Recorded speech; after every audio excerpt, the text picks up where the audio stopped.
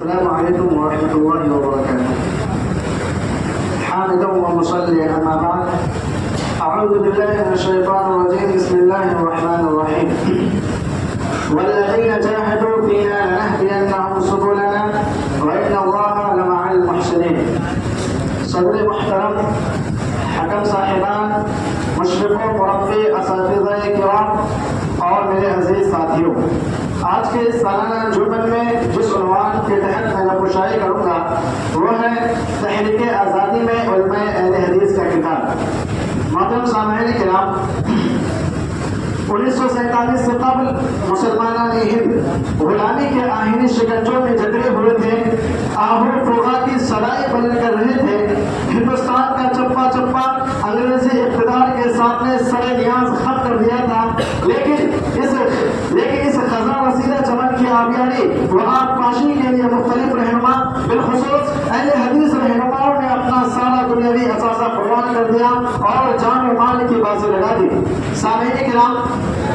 تاریخ شاہد ہے، جماعت اہل حدیث کی تاریخ شاہد ہے کہ اس نے جہاں ایک طرف حق کے خلاف اٹھنے والی آواز کا ڈٹ کر مقابلہ کیا اور طاغوتی طاقتوں کے عزائم، غلو پسندوں کی دسیسہ کاری، باطل پرستوں کی فریب دہی اور جاہلوں کی تعمیرات فاسدہ کا کلا کما کیا، تو وہی انگریزی سامراج کے ظلم و استبداد سے نجات حاصل کرنے اور فرنگی سامراج سے برسر پیکار ہونے کے لیے اپنے بیدار کردار، بے مثال عزم استقلال اور عدیم النظیر جرأت و ہمت کے ذریعے اپنے سینے میں اس کے شرارے سلگاتے رہے اور میدان بالاکوٹ کی گلگوش وادی میں شہادت کا مسئلہ پیش آنے کے بعد اس کے عالم کو بلند رکھنے کی سعادت حاصل کی. اور صحیح معنوں میں شیخ الاسلام ابن تیمیہ رحمہ اللہ کے قول اہل الحدیث فی اہل الاسلام کا اہل الاسلام فی الملل کے مصداق قرار پائے. محترم سامعین کرام، غرض یہ کہ تحریک آزادی میں علماء اہل حدیث کا کردار بہت نمایاں رہا ہے. سیاسی کردار،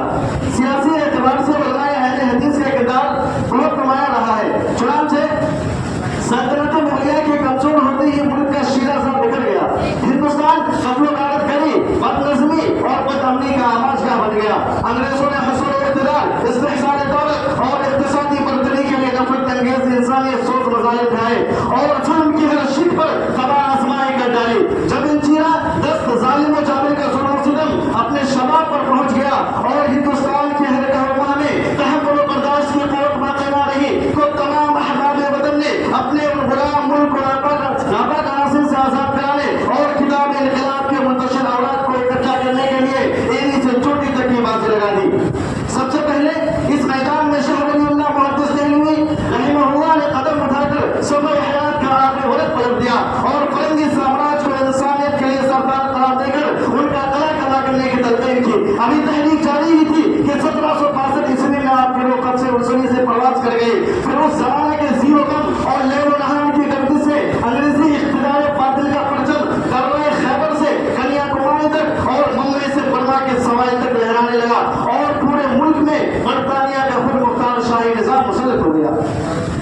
انگریزی اقتدار کا خاتمہ کرنے کے لیے تجدید جہاد کے دو درخشندہ آفتاب و مہتاب چمکے، جن سے ظلمت شب صبح نور میں تبدیل ہو گئی، جنہیں دنیا شاہ اسماعیل شہید اور سید احمد شہید کے نام سے یاد کرتی ہے. اور ان دونوں نے کم و بیش 6 سال تک رائے حق میں جان و مال کی قربانیاں پیش کی. سامعین کرام، تاریخ شاہد ہے کہ فاجعہ بالاکوٹ کے بعد سیاسی میدان میں مسلمانوں کی پسپائی نے اگرچہ انہیں کافی حد تک متاثر کیا، اچھوں کے قدم لڑکھڑا گئے، لیکن ان کا حوصلہ پست نہ ہوا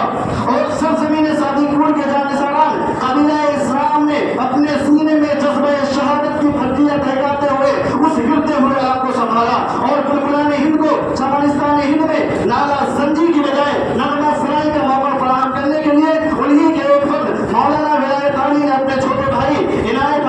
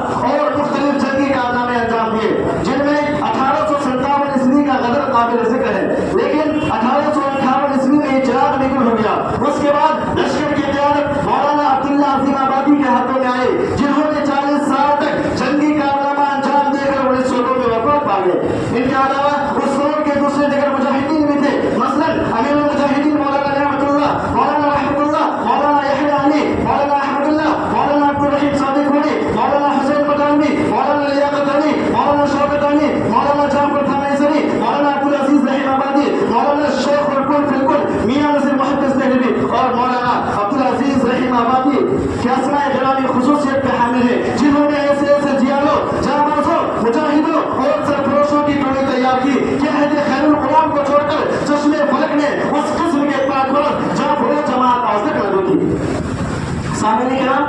1857 عیسوی کے تحریک آزادی کا خونی معرکہ ہندوستان کے چپا چپا کو خون شہداء سے رنگین کر دیا تھا۔ ہزاروں نوجوانوں کو تلوار کے نوک پر اچھالا گیا، شیرخوار بچوں کو تلوار کے نوک پر اچھالا گیا۔ انگریزوں کی اس بھیانک مضامین کو دیکھ کر حریت پسندوں کے شانہ بشانہ علماء اسلامی خود میں اس کی بیخ کھڑی کرنے اور ان کے اقتدار و باطل کے خلاف لڑنے کے لیے کھڑے ہوئے، اور بنگال سے لے کر وادی کشمیر، امبالہ اور بالاکوٹ کے خوفناک پہاڑوں کو خون شہادت کے مقدس چیزوں سے لالا زار کر دیا، جس کے خاطر حریت پسندوں کو متعدد بار دعوت سلاسل بھی ہونا پڑا، جیل کی تیرہ و تاریخ کوٹری کے اندر رہنا پڑا، دوا میں حبس امور دریا شروع کیا گیا، لیکن پھر بھی تحریک آزادی کی جیالوں نے اسے فروغ دینے میں کوئی دقیقہ فروغ برداشت نہ کیا۔ سامعین کرام، غرض یہ کہ تحریک آزادی میں علماء اہل حدیث